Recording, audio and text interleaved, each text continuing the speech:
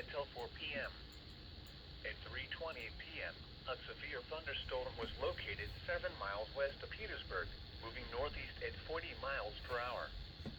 Expected hazards include 60 miles per hour wind gusts.